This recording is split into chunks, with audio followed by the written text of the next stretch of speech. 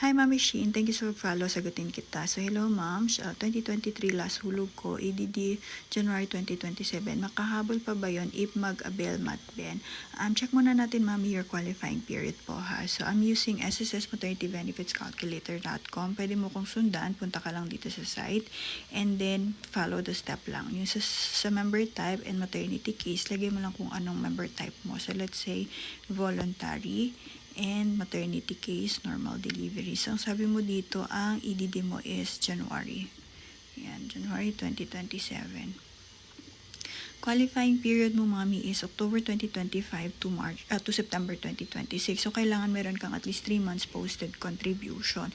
Na kung halimbawa, end of or last week of January ka manganganak or going to February, possible, mami, mahabol mo yung April, May, June, and then bayaran mo siya on or before end of July. Pero kung mabago yung EDD mo to December, hindi papasok yung April, May, June contribution mo. Pero meron ka pang July, August, September na pwede mong mahabol. So let's say magge-generate ka ng 1 PRN for quarterly payment, July, August, September, bayaran mo siya on or before end of September po. Na kung gusto mo pang habulin yung April, May, June mo, pwede naman, mami, generate ka lang din ng 1 PRN and then pay mo siya on or before end of July po.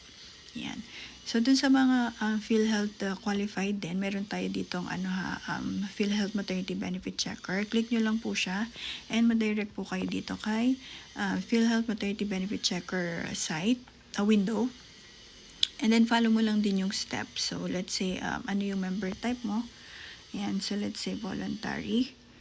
And, continue lang to estimate.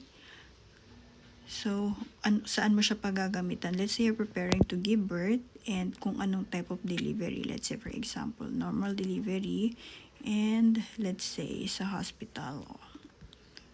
Yan, show result. Yan, so ito yung estimate PhilHealth deduction na lalabas dito. Based dun sa sinelect nyo po. And meron din tayong mga checklist dito na kailangan nyo i-prepare para mas mabilis na sa inyo ang process. Yan. So, pwede kayong mag-fill up dito. Click nyo lang tong ito. And then, madadirect na kayo kung saan pwede kayong mag-fill up. Automatic na po yan. And then, download. Then, let's close back.